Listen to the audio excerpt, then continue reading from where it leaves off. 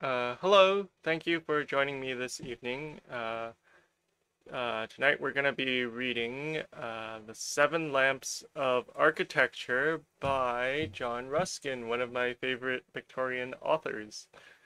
Um, Famous art critic of the time. I like to think of him as a kind of Squidward.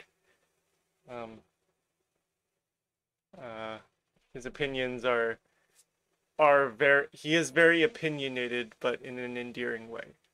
All right, so let's get started on The Seven Lamps of Architecture, one of my favorite essays on the topic of architecture. Um, uh, Tonight, I plan to read the introductory as well as the Lamp of Sacrifice, the first chapter. So let's start with the introductory.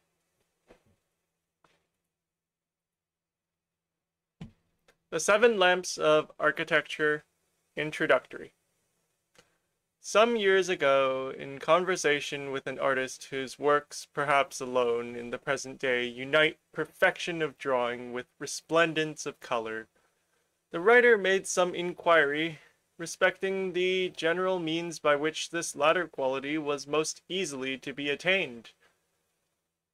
The reply was as concise as it was comprehensive. Know what you have to do, and do it.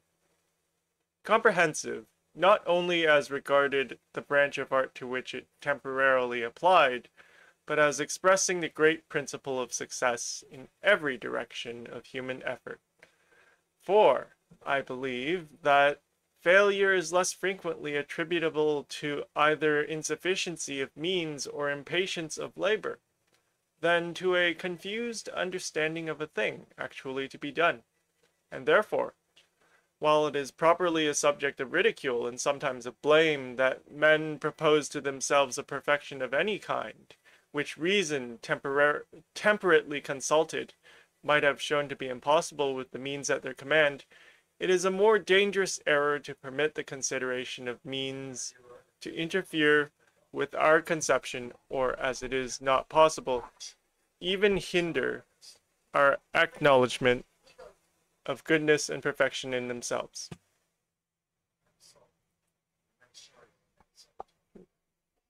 Just gonna make sure that this mic isn't picking up too much in the background. Um, Pardon me. Would you mind turning it down a little bit? Sorry.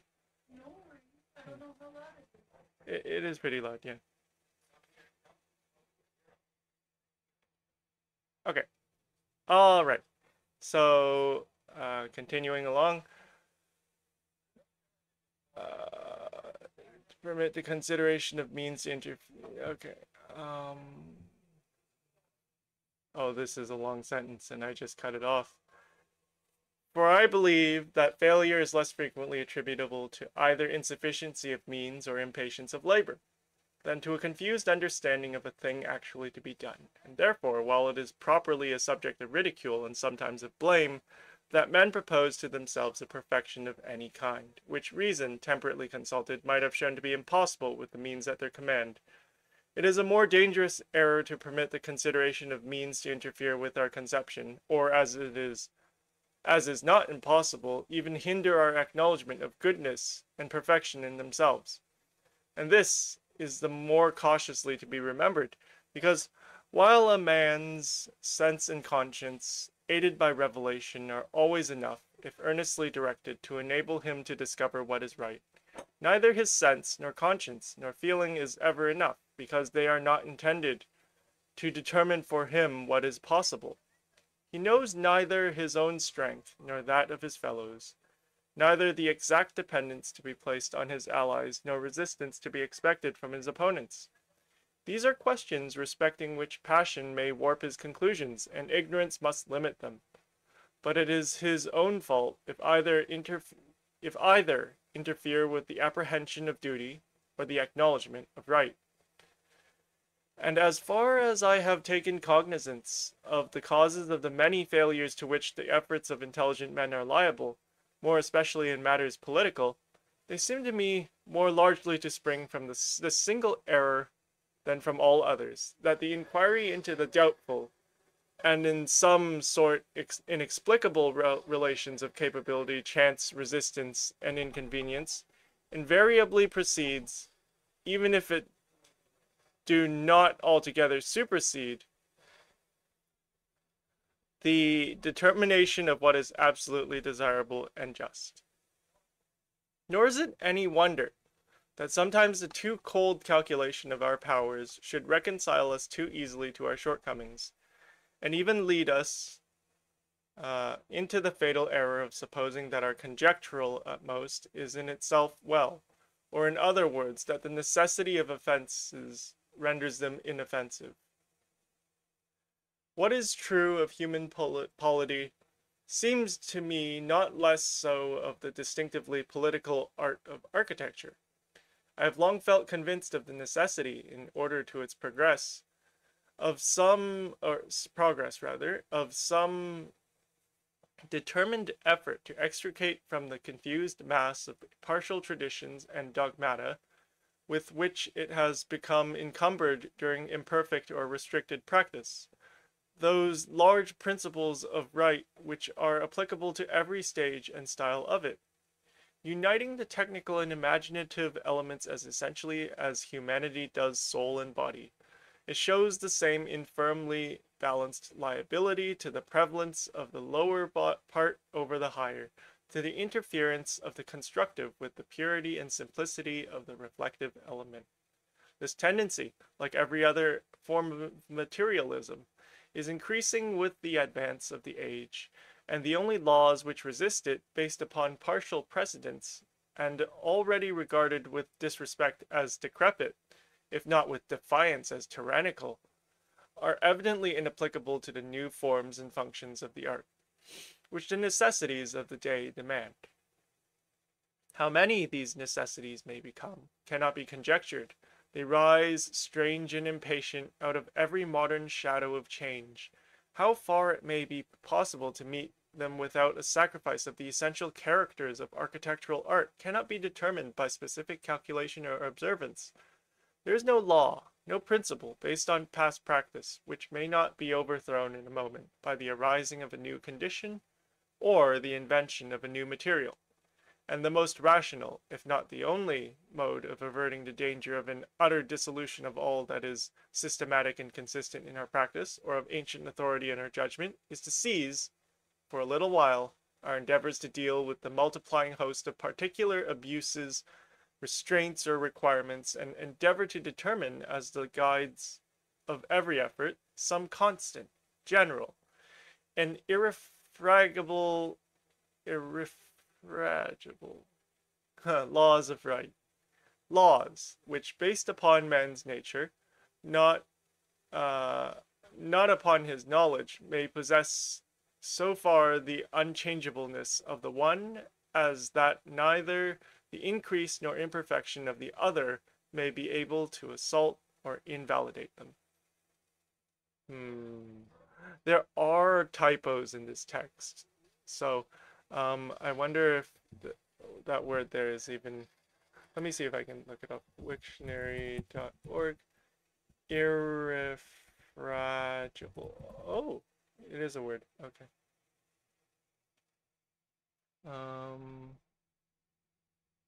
That which cannot be refuted.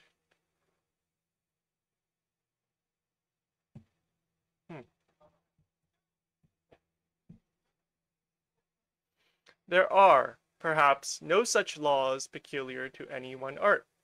Their range necessarily includes the entire horizon of man's action, but they have modified forms and operations belonging to each of his pursuits, and the extent of their authority cannot surely be considered as a diminution of its weight. Those peculiar aspects of them which belong to the first of the arts I have endeavored to trace in the following pages. And since, if truly stated, they must necessarily be not only safeguards against every form of error, but sources of every measure of success, I do not think that I claim too much for them in calling them the lamps of architecture, nor that it is indolence in endeavoring to ascertain the true nature and nobility of their fire, to refuse to enter into any curious or special questioning of the innumerable hindrances by which their light has been too often distorted or overpowered. Had this farther examination been attempted, the work would have become certainly more invidious, and perhaps less useful, as liable to errors which are avoided by the present simplicity of its plan. Simple though it be, its extent is too great to admit of any adequate accomplishment, unless by a devotion of time which the writer did not feel justified in withdrawing from branches of inquiry in which the prosecution of works already undertaken has engaged him. Both arrangement and nomenclature are those of convenience rather than of system. The one is arbitrary and the other illogical. Nor is it pretended that all, or even the greater number of the principles necessary to the well-being of the art are included in the inquiry. Many, however, of considerable importance will be found to develop themselves incidentally from those more specially brought forward. Graver apology is necessary for an apparently graver fault. It has been just said that there is no branch of human work whose constant laws have not close analogy with those which govern every other mode of man's exertion. But more than this, exactly as we reduce to greater simplicity and surety any one group of these practical laws, we shall find them passing the mere condition of connection or analogy, and becoming the actual expression of some ultimate nerve or fiber of the mighty laws which govern the moral world. However mean or inconsiderable the act, there is something in the well-doing of it, which has fellowship with the noblest forms of manly virtue, and a truth, decision, and temperance, which we reverently regard as honorable conditions of the spiritual being, have a representative or derivative influence over the works of the hand, the movements of the frame, and the action of the intellect. And, as thus every action, down even to the drawing of a line or utterance of a syllable, is capable of a peculiar dignity in the manner of it, which we sometimes express by saying it is truly done, as a line or tone is true. So also it is capable of dignity still higher in the motive of it. For there is no action so slight, nor so mean, but it may be done to a great purpose, and ennobled therefore. Nor is any purpose so great but that slight actions may help it, and may be so done as to help it much, most especially that chief of all purposes, the pleasing of God. Hence George Herbert, a servant with this clause makes drudgery divine, who sweeps a room as for thy laws, makes that and the action fine. Therefore, in the pressing or recommending of any act or manner of acting, we have choice of two separate lines of argument, one based on representation of the expediency or inherent value of the work, which is often small and always disputable, the other based on proofs of its relations to the higher orders of human virtue, and of its acceptableness, so far as it goes, to him who is the origin of virtue. The former is commonly the more persuasive method, the latter assuredly the more conclusive. Only it is liable to give offense, as if there were irreverence in adducing considerations so weighty in treating subjects of small temporal importance. I believe, however, that no error is more thoughtless than this. We treat God with irreverence by banishing him from our thoughts, not by referring to his will on slight occasions. His is not the finite authority or intelligence which cannot be troubled with small things. There is nothing so small but that we may honor God by asking his guidance of it, or insult him by taking it into our own hands.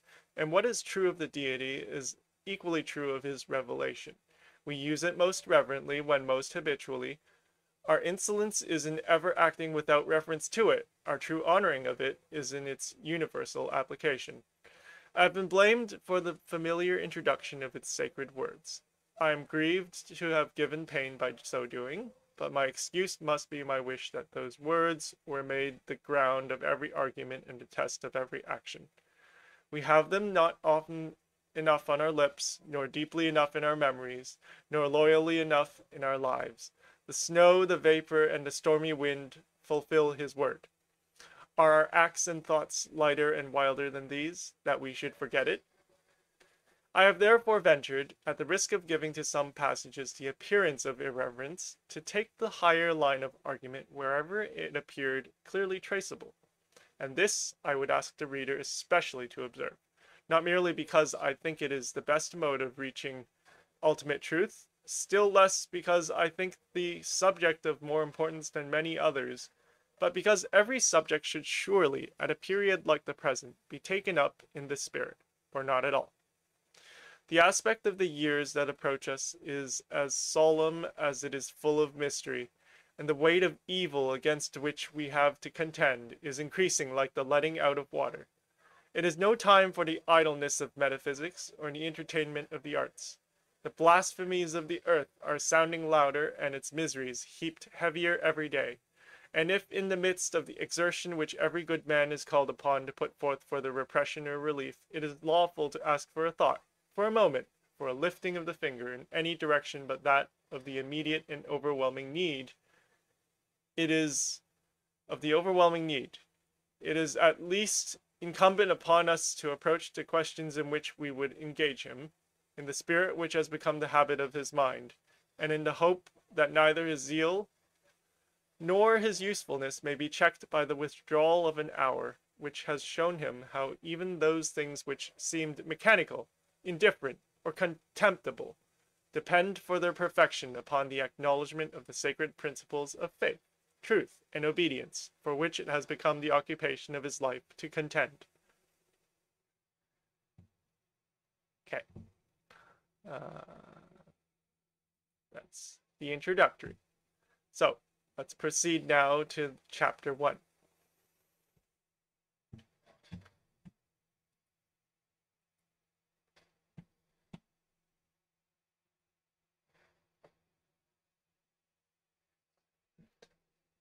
Chapter 1. The Lamp of Sacrifice. 1. Architecture is the art which so disposes and adorns the edifices raised by man for whatsoever uses, that the sight of them may contribute to his mental health, power, and pleasure. It is very necessary, in the outset of all inquiry, to distinguish carefully between architecture and building. To build, literally to confirm, is by common understanding to put together and adjust the several pieces of any edifice or receptacle of a considerable size. Thus, we have church building, house building, ship building, and coach building. That one edifice stands, another floats, and another is suspended on iron springs makes no difference in the nature of the art, if so it may be called, of building or edification. The persons who profess that art are severally builders, ecclesiastical, naval, or of whatever other name their work may justify. But building does not become architecture merely by the stability of what it erects, and it is no more architecture which raises a church, or which fits it to receive and contain with comfort a required number of persons occupied in certain religious offices, than it is architecture which makes a carriage commodious, or a ship swift. I do not, of course, mean that the word is not often, or even may not be legitimately applied in such a sense, as we speak of naval architecture. But in that sense, architecture ceases to be one of the fine arts, and it is therefore better not to run the risk, by loose nomenclature, of the confusion which would arise, and has often arisen, from extending principles which belong altogether to building into the sphere of architecture proper. Let us therefore at once confine the name to that art which, taking up and admitting as conditions of its working the necessities and common uses of the building, impresses on its form certain characters, venerable or beautiful, but otherwise unnecessary. Thus, I suppose, No one would call the laws architectural which determine the height of a breastwork or the position of a bastion. But if to the stone facing of that bastion be added an unnecessary feature as a cable molding, that is architecture. It would be similarly unreasonable to call battlements or machicolations architectural features, so long as they consist only of an advanced gallery supported on projecting masses with open intervals beneath for a fence. But if these projecting masses be carved beneath into rounded courses, which are useless, and if the headings of the intervals be arched and trefoiled, which is useless, that is architecture.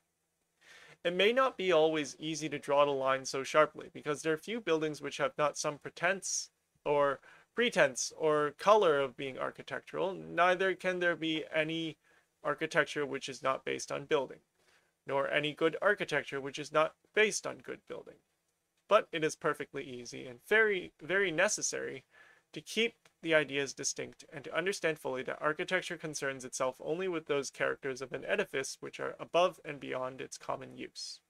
I say common because a building raised to the honor of God or in memory of men has surely a use to which its architectural adornment fits it, but not a use which limits by any inevitable necessities its plan or details. 2. Architecture proper, then, naturally arranges itself under 5 heads. Okay. Devotional, including all buildings raised for God's service or honor. Memorial, including both monuments and tombs. Civil, including every edifice raised by nations or societies for purposes of common business or pleasure. Military, including all private and public architecture of defense. Domestic, including every rank and kind of dwelling place. Now, of the principles which I would endeavor to develop, while all must be, as I have said, applicable to every stage and style of the art, some, and especially those which are exciting rather than directing, have necessarily fuller reference to one kind of building than another. And among these I would place first that spirit which, having influence at all, has nevertheless such especial reference to devotional and memorial architecture. The spirit which offers for such work precious things simply because they are precious, not as being necessary to the building, but as an offering, surrendering, and sacrifice of what is to ourselves desirable. It seems to me not only that this feeling is in most cases wholly wanting in those who forward the devotional buildings of the present day, but that it would even be regarded as a dangerous, or perhaps criminal principle by many among us. I have not space to enter into dispute of all the various objections which may be urged against it. They are many and specious. But I may, perhaps, ask the reader's patience while I set down those simple reasons which cause me to believe it a good and just feeling, and as well pleasing to God and honorable in men as it is beyond all dispute necessary to the production of any great work in the kind with which we are at present concerned. 3. Now, first, to define this lamp or spirit of sacrifice clearly. I have said that it prompts us to the offering of precious things merely because they are precious, not because they are useful or necessary. It is a spirit, for instance, which of 2 marbles, equally beautiful, applicable, and durable, would choose the more costly, because it was so, and of 2 kinds of decoration, equally effective, would choose the more elaborate, because it was so, in order that it might in the same compass present more cost and more thought. It is therefore most unreasoning and enthusiastic, and perhaps best negatively defined as the opposite of the prevalent feeling of modern times, which desires to produce the largest results at the least cost.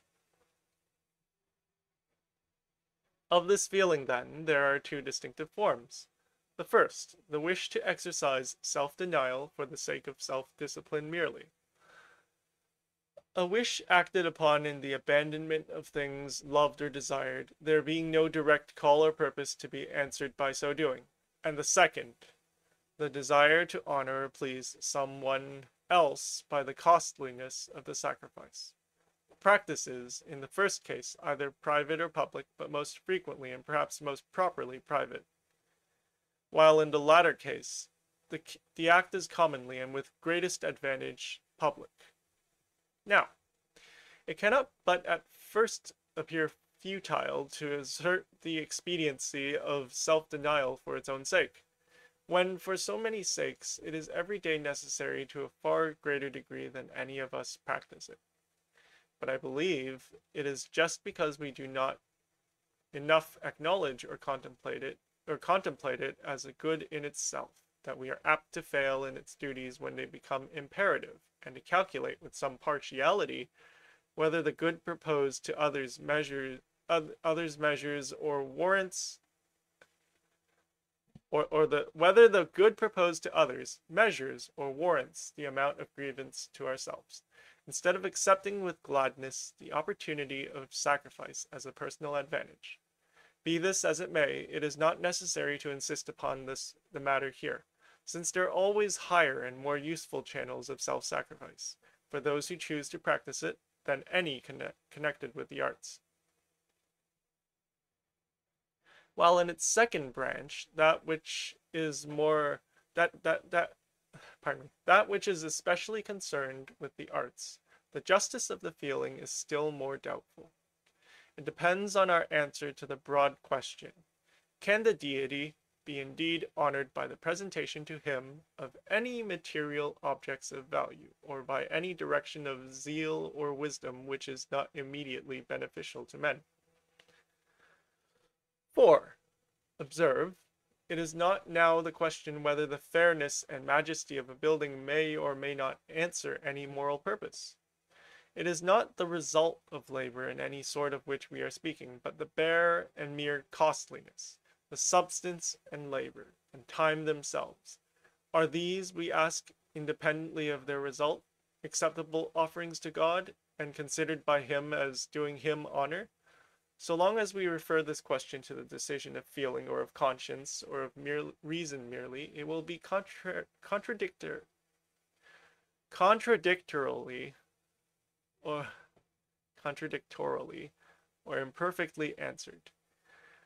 It admits of entire answer only when we have met another and a far different question, whether the Bible be indeed one book or two, and whether the character of God revealed in the Old Testament to be other than his character revealed in the New.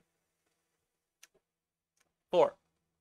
Now, it is a most secure truth that although the particular ordinances divinely appointed for special purposes at any given period of man's history may be, by the same divine authority, abrogated at another, it is impossible that any character of God appealed to or described in any ordinance past or present can ever be changed, or understood as changed, by the abrogation of that ordinance.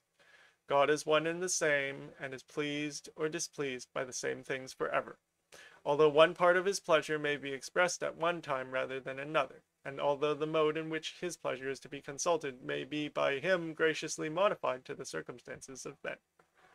Thus, for instance, it was necessary that in order to the understanding by man of the scheme of redemption, that scheme should be foreshown from the beginning by the type of bloody sacrifice.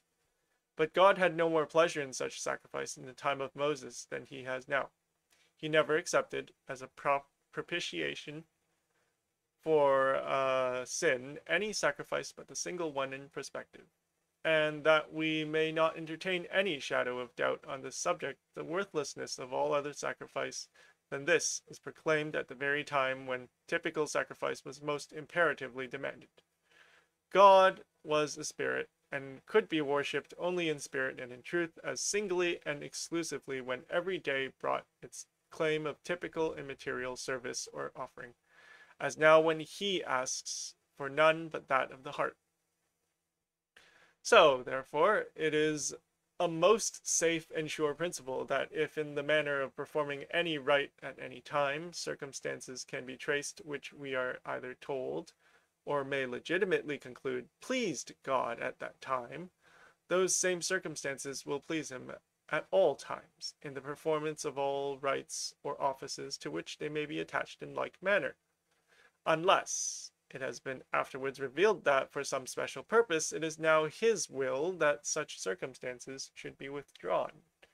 And this argument will have all the more force if it can be shown that such conditions were not essential to the completeness of the right in its human uses and bearings, and only were added to it as being in themselves pleasing to God. 5.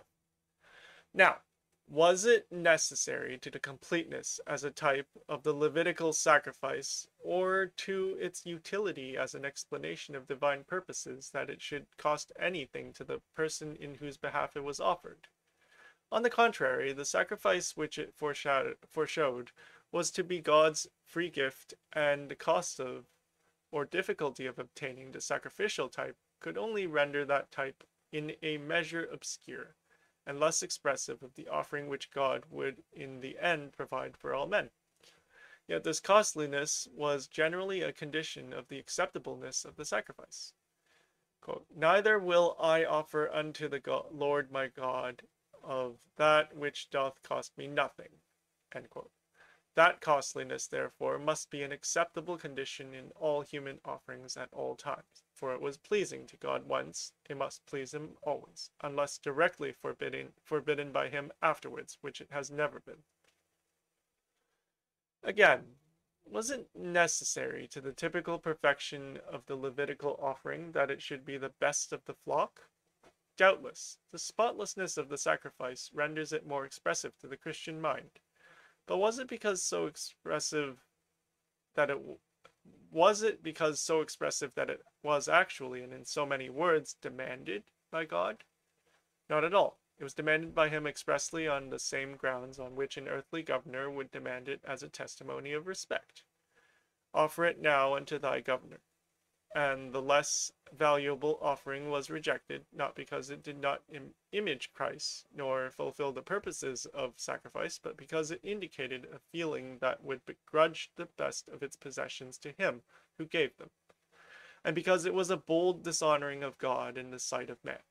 Whence it may be infallibly concluded that in whatever offerings we may now see reason to present unto God, I say not what these may be, a condition of their acceptableness will be now, as it was then, that they should be the best of their kind.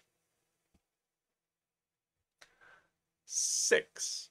But farther, was it necessary to the carrying out of the Mosaical system that there should be either art or splendor in the form or services of the tabernacle or temple? Was it necessary to the perfection of any one of their typical offices that there should be that hanging of blue and purple and scarlet, those taches of brass and sockets of silver, that working in cedar and overlaying with gold? One thing at least is evident. There was a deep and awful danger in it, a danger that the God whom they so worshipped might be associated in the minds of the serfs of Egypt with the gods to whom they had seen similar gifts offered and similar honors paid. The probability in our times of fellowship with the feelings of the idolatrous Romanist is absolutely as nothing compared with the danger to the Israelite of a sympathy with the idolatrous Egyptian. No speculative, no unproved danger, but proved fatally by their fall during a month's abandonment to their own will.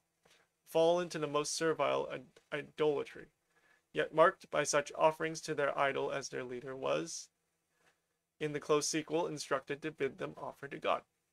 This danger was imminent, perpetual, and of the most awful kind. It was the one against which God made provision, not only by commandments, by threatenings, by promises, the most urgent, repeated, and impressive, but by temporary ordinances of a severity so terrible as almost to dim for a time in the eyes of his people his attribute of mercy. The principal object of every instituted law of that theocracy, of every judgment sent forth in its vindication, was to mark to the people his hatred of idolatry, a hatred written under their advancing steps in the blood of the Canaanite, and more sternly still in the darkness of their own desolation. when the children and the sucklings swooned in the streets of Jerusalem, and the lion tracked his prey in the dust of Samaria. Yet, against this mortal danger, provision was not made in one way. To man's thoughts, the simplest, the most natural, the most effective, by withdrawing from the worship of the divine being whatever could delight the sense, or shape the imagination, or limit the idea of deity to place. This one way God refused, demanding for himself such honors, and accepting for himself such local dwelling as had been paid and dedicated to idol gods by heathen worshippers. And for what reason? Was the glory of the tabernacle necessary to set forth or image his divine glory to the minds of his people? What? Purple or scarlet necessary to the people who had seen the great river of Egypt run scarlet to the sea under his condemnation? What? Golden lamp and cherub necessary for those who had seen the fires of heaven falling like a mantle on Mount Sinai, and its golden courts opened to receive their immortal lawgiver? What? Silver clasp and fillet necessary, when they had seen the silver waves of the Red Sea clasp in their arched hollows the corpses of the horse and his rider. Nay, not so. There was but one reason, and that an eternal one, that as the covenant that he made with men was accompanied with some external sign of its continuance and of his remembrance of it, so the acceptance of that covenant might be marked and signified by men in some external sign of their love and obedience and surrender of themselves and theirs to his will, and that their gratitude to him and continual remembrance of him might have at once their expression and their enduring testimony in the presentation to him not only of the firstlings of the herd, and fold not only of the fruits of the earth and a tithe of time, but of all treasures of wisdom and beauty, of the thought that invents and the hand that labors, of wealth of wood and weight of stone, of the strength of iron and the light of gold. Let us not now lose sight of this broad and unabrogated principle. I might say, incapable of being abrogated, so long as men shall receive earthly gifts from God. Of all that they have, his tithe must be rendered to him, or in so far and in so much. He is forgotten of the skill and of the treasure, of the strength and of the mind, of the time and of the toil. Offering must be made reverently. And if there be any difference between the Levitical and the Christian offering, it is that the latter may be just so much the wider in its range as it is less typical in its meaning, as it is thankful instead of sacrificial. There can be no excuse accepted because the deity does not now visibly dwell in his temple. If he is invisible, it is only through our failing faith, nor any excuse because other calls are more immediate or more sacred. This ought to be done, and not the other left undone. Yet this objection, as frequent as feeble, must be more specifically answered. 7. It has been said, it ought always to be said, for it is true, that a better and more honorable offering is made to our Master in ministry to the poor, in extending the knowledge of his name, in the practice of the virtues by which that name is hallowed, than in material presents to his temple. Assuredly it is so. Woe to all who think that any other kind or manner of offering may in any wise take the place of these. Do the people need place to pray and calls to hear his word? Then it is no time for smoothing pillars or carving pulpits. Let us have enough first of walls and roofs. Do the people need teaching from house to house and bread from day to day? Then they are deacons and ministers we want, not architects. I insist on this. I plead for this. But let us examine ourselves and see if this be indeed the reason for our backwardness in the lesser work. The question is not between God's house and his poor. It is not between God's house and his gospel. It is between God's house and ours. Have we no tessellated colors on our floors, no frescoed fancies on our roofs, no niched statuary in our corridors, no gilded furniture in our chambers, no costly stones in our cabinets? Has even the tithe of these been offered? They are, or they ought to be, the signs that enough has been devoted to the great purposes of human stewardship, and that there remains to us that we can spend in luxury. But there is a greater and prouder luxury than this selfish one, that of bringing a portion of such things as these into sacred service, and presenting them for a memorial, that our pleasure as well as our toil has been hallowed by the remembrance of him who gave both the strength and the reward. And until this has been done, I do not see how such possessions can be retained in happiness. I do not understand a feeling which would arch our own gates and pave our own thresholds and leave the church with its narrow door and foot-worn sill, the feeling which enriches our own chambers with all manner of costliness, and endures the bare wall and mean compass of the temple.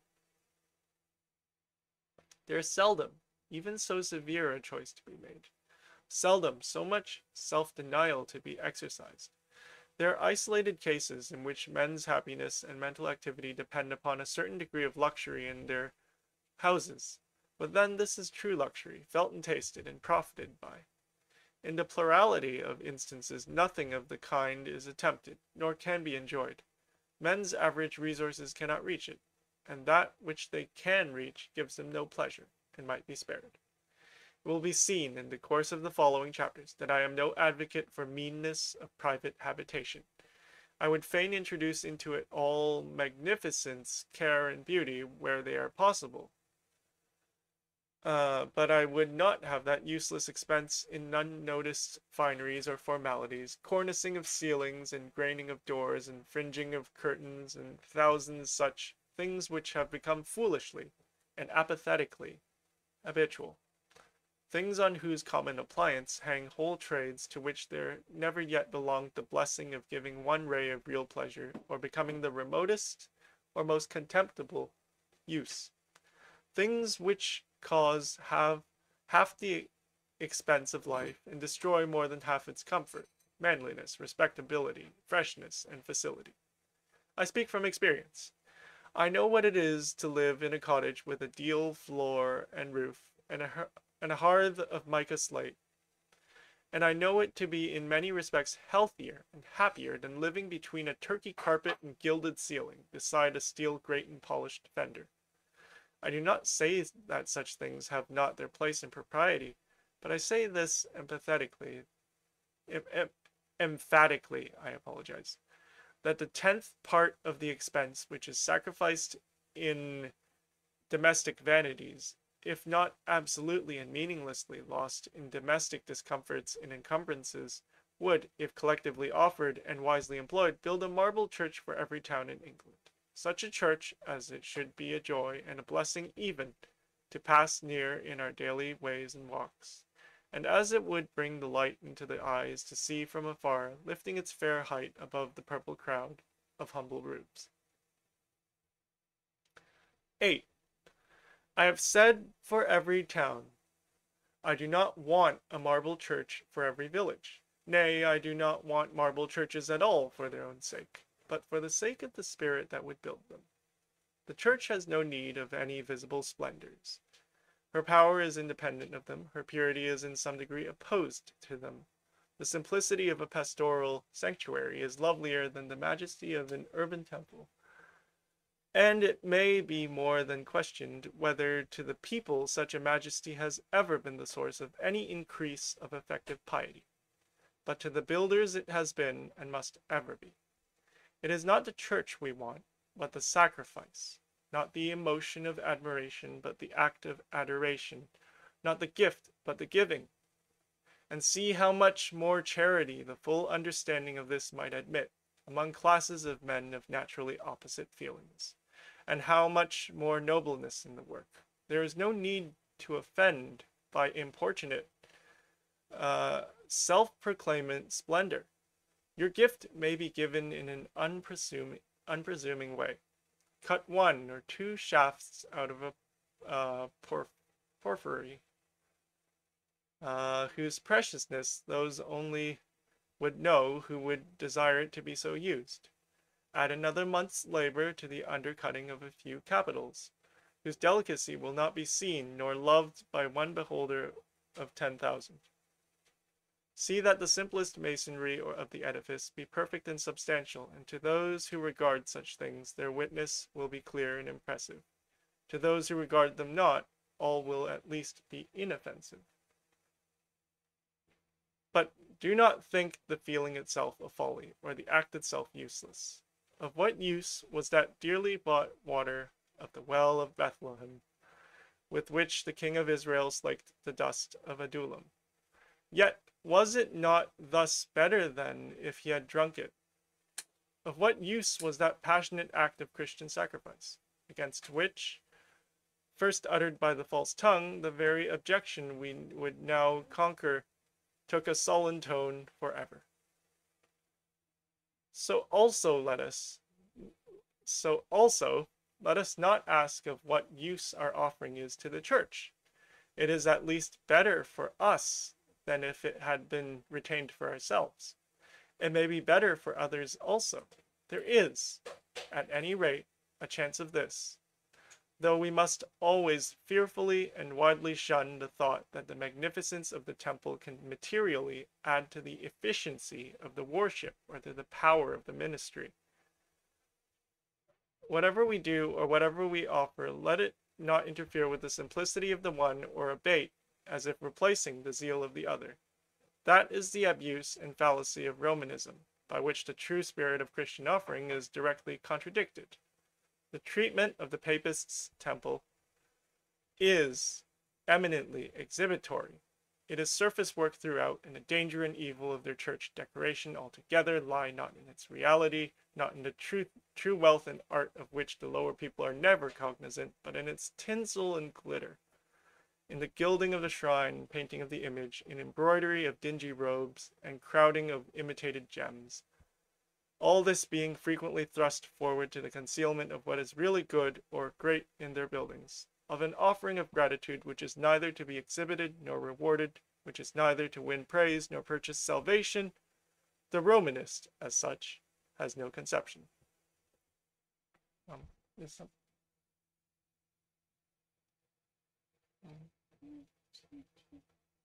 Oh, why not? Make it. Oh. No, right. 9. Well, however, I would especially deprecate the imputation of any other acceptableness or usefulness to the gift itself than that which it receives from the spirit of its presentation. It may be well to observe that there is a lower advantage which never fails to accompany a dutiful observance of any right abstract principle. While the first fruits of his possessions were required from the Israelite as a testimony of fidelity, the payment of those first fruits was nevertheless rewarded, and that connectedly and specifically by the increase of those possessions. Wealth, length of days, and peace were the promised and experienced rewards of his offering, though they were not to be the objects of it. The tithe paid into the storehouse was the express condition of the blessing which there should not be room enough to receive, and it will be thus always. God never forgets any work or labor of love, and whatever it may be of which the first and best portions of or powers have been presented to him, he will multiply and increase sevenfold. Therefore, though it may not be necessarily the interest of religion to admit the service of the arts will never flourish until they have been primarily devoted to that service, devoted both by architect and employer, by the one in scrupulous, earnest, affectionate design, by the other in expenditure at least more frank, at least less calculating than that which would admit in the indulgence of his own private feelings. Let this principle be but once fairly acknowledged among us, and however it may be chilled and repressed in practice, however feeble may be its real influence, however the sacredness of it may be diminished by counterworkings of vanity and self-interest, yet its mere acknowledgment would bring a reward. And with our present accumulation of means and of intellect, there would be such an impulse and vitality given to art as it has not felt since the 13th century. And I do not assert this as other than a natural consequence. I should, indeed, expect a larger measure of every great and spiritual faculty to be always given where those faculties had been wisely and religiously employed. But the impulse to which I refer would be, humanly speaking, certain, and would naturally result from obedience to the two great conditions enforced by the spirit of sacrifice. First, that we should in everything do our best, and secondly, that we should consider increase of apparent labor as an increase of beauty in the building. A few practical deductions from these two conditions, and I have done. 10. For the first, it is alone enough to secure success, and it is for want of observing it that we continually fail.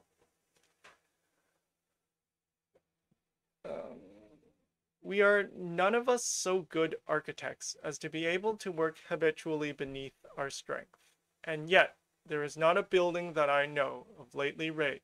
There is not a building that I know of lately raised wherein it is not sufficiently evident that neither architect nor builder has done his best. It is the especial character of modern work. All old work nearly has been hard work. It may be the hard work of children, of barbarians, of rustics, but it is always their utmost. Ours has as constantly the look of money's worth, of a stopping short wherever and whenever we can, of a lazy compliance with low conditions, never of a fair putting forth of our strength. Let us have done with this kind of work at once. Cast off every temptation to it. Do not let us degrade ourselves voluntarily and then mutter and mourn over our shortcomings. Let us confess our poverty or our parsimony, but not belie our human intellect. It is not even a question of how much we are to do, but of how it is to be done. It is not a question of doing more, but of doing better. Do not let us boss our roofs with wretched, half-worked, blunt-edged rosettes. Do not let us flank our gates with rigid imitations of medieval statuary. Such things are mere insults to common sense, and only unfit us for feeling the nobility of their prototypes. We have so much, suppose, to be spent in decoration. Let us go to the flaxman of his time, whoever he may be, and bid him carve for us a single statue, frieze, or capital, or as many as we can afford, compelling upon him the one condition that they shall be the best that he can do. Place them where they will be of most value, and be content. Our other capitals may be mere blocks, and our other niches empty. No matter. Better our work unfinished than all bad. It may be that we do not desire ornament of so high an order. Choose, then, a less developed style, as also, if you will, rougher material. The law which we are enforcing requires only that what we pretend to do and to give shall both be the best of their kind. Choose, therefore, Norman hatchet work instead of the flaxman frieze and statue. But let it be the best hatchet work, and if you cannot afford marble, use cayenne stone. But from the best bed, and if not stone, brick, but the best brick, preferring always what is good, of a lower order of work or material, to what is bad of a higher. For this is not only the way to improve every kind of work, and to put every kind of material to better use, but it is more honest and unpretending, and is in harmony with other just, upright, and manly principles, whose range we shall have presently to take into consideration. 11. The other condition which we had to notice was the value of the appearance of labor upon architecture.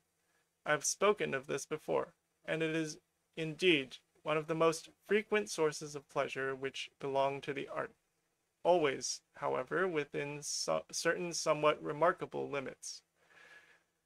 For it does not at first appear easily to be explained why labor, as represented by materials of value, should, without sense of wrong or error, bear being wasted, while the waste of actual workmanship is always painful, so soon as it is apparent.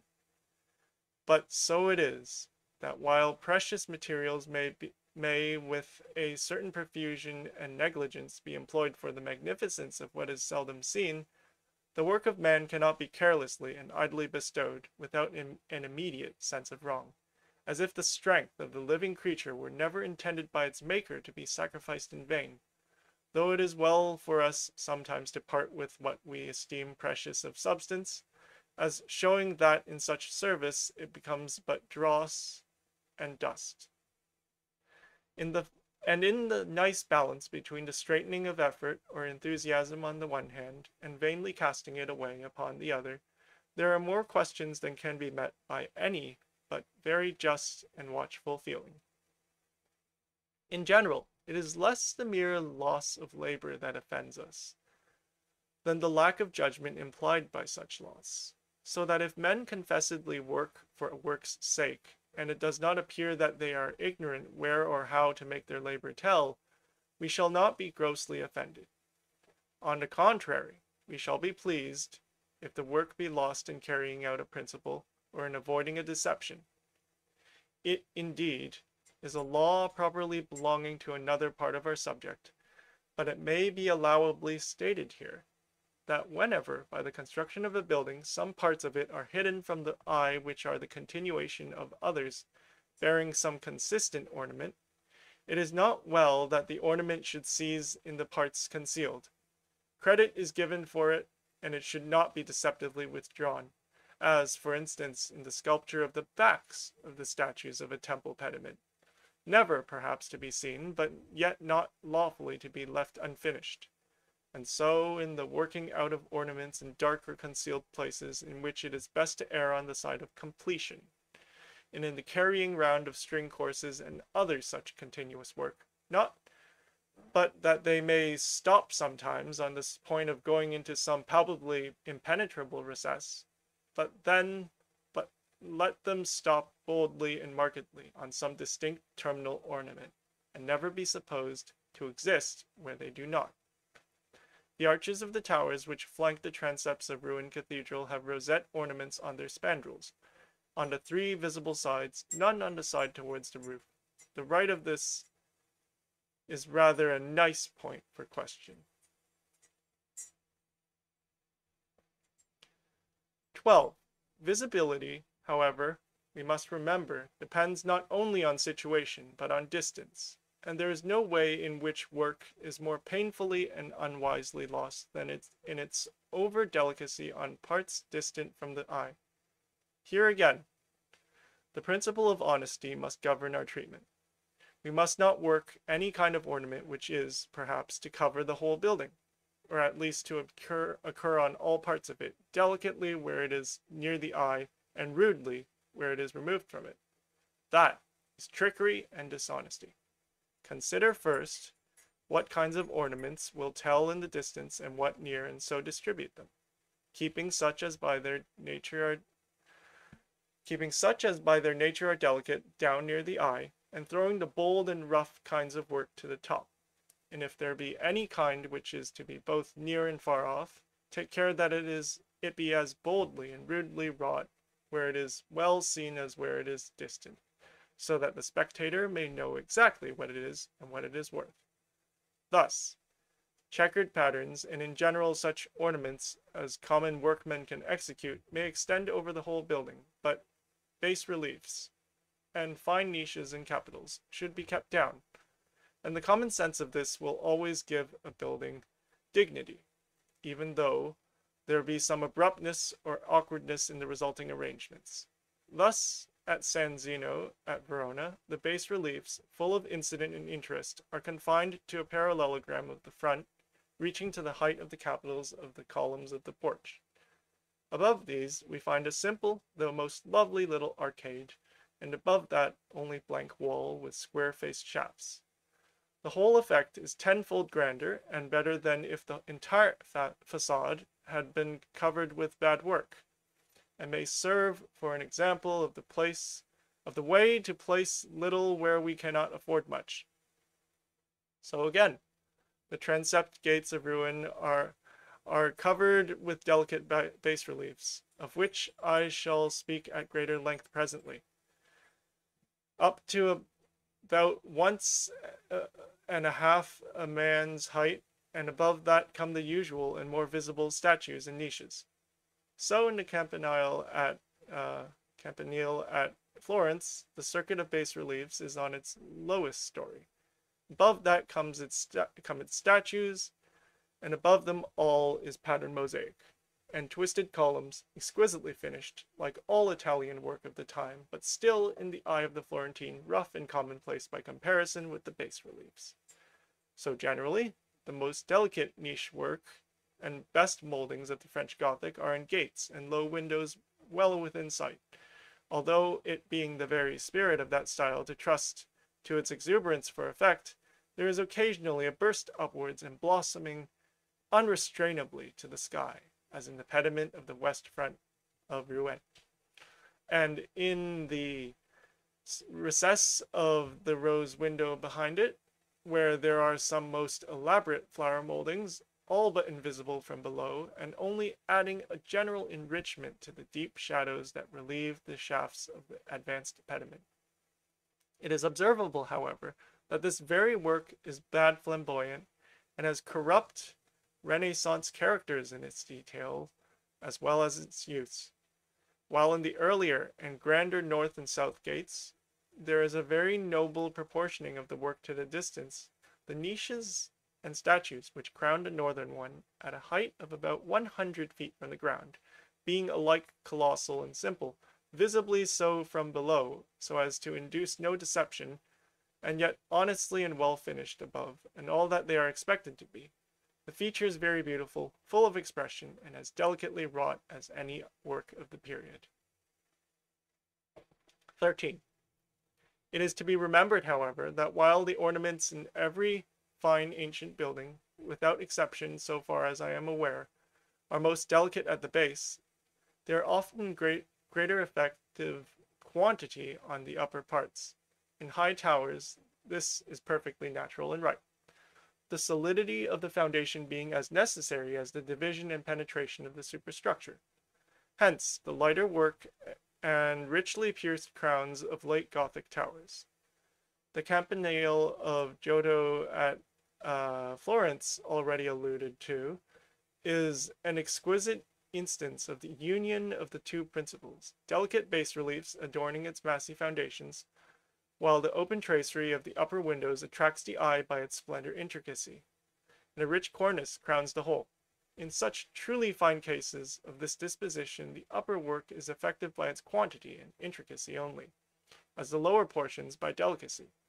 So also in the Tour de Beurre at Rouen, where, however, the detail is massy throughout, subdividing into rich meshes as it ascends.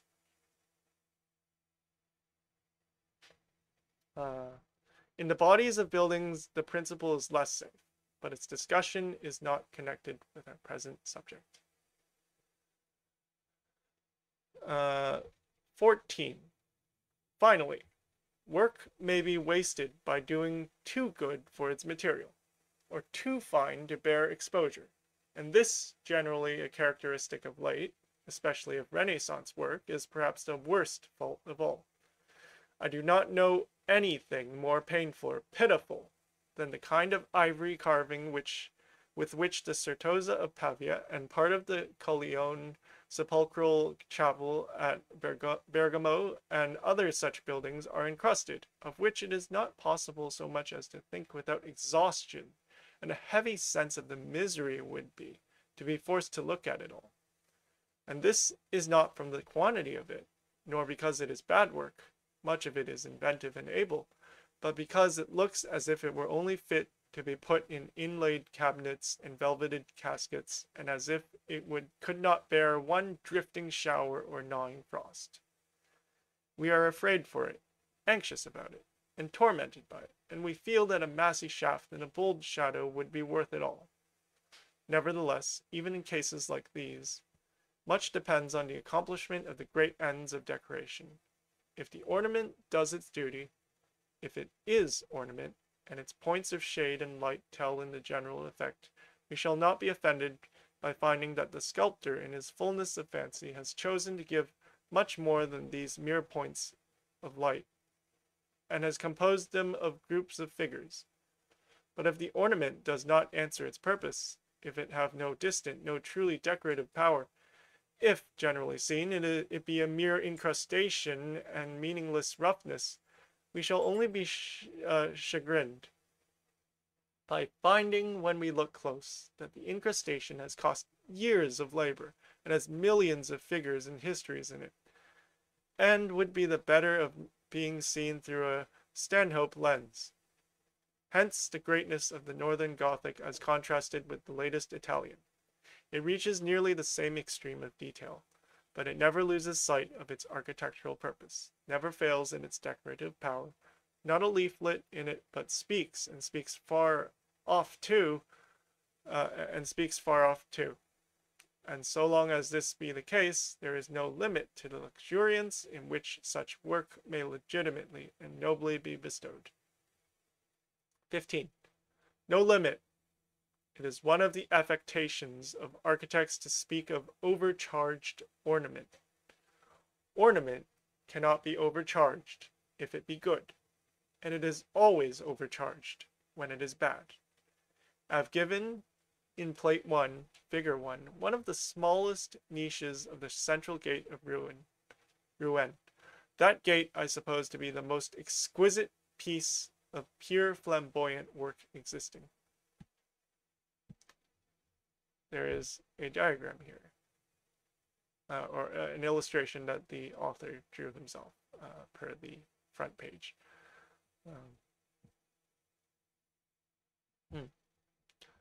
For though I have spoken of the upper portions, especially the receding window, as degenerate, the gate itself is of a purer period and has hardly any Renaissance taint. There are 4 strings of these niches, each with 2 figures beneath it, round the porch, from the ground to the top of the arch, with 3 intermediate rows of larger niches, far more elaborate, besides the 6 principal canopies of each outer pier.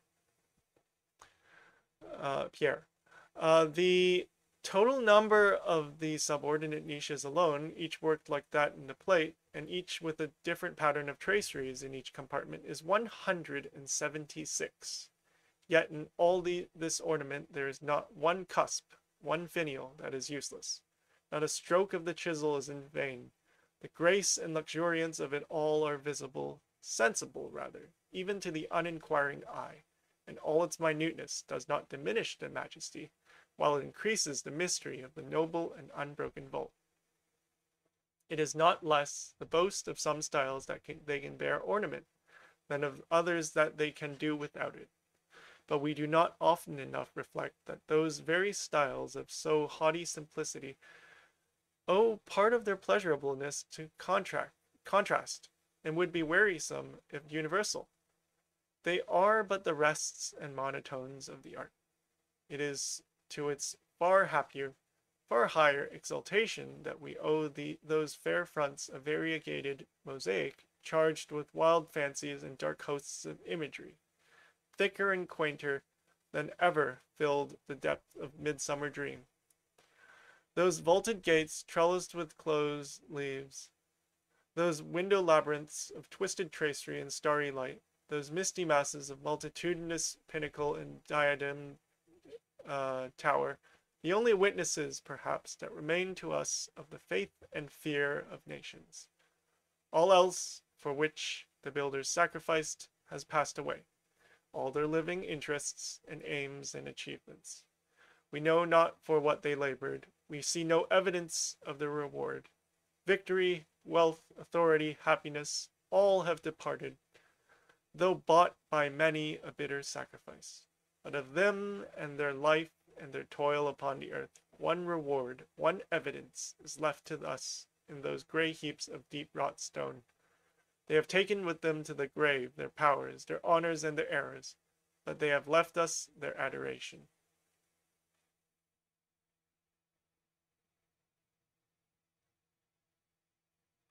Okay, so that concludes the introductory into chapter 1 of the 7 lamps of architecture. Thank you for joining me this evening, and hopefully I will continue reading this I will have time to continue reading this in later evenings.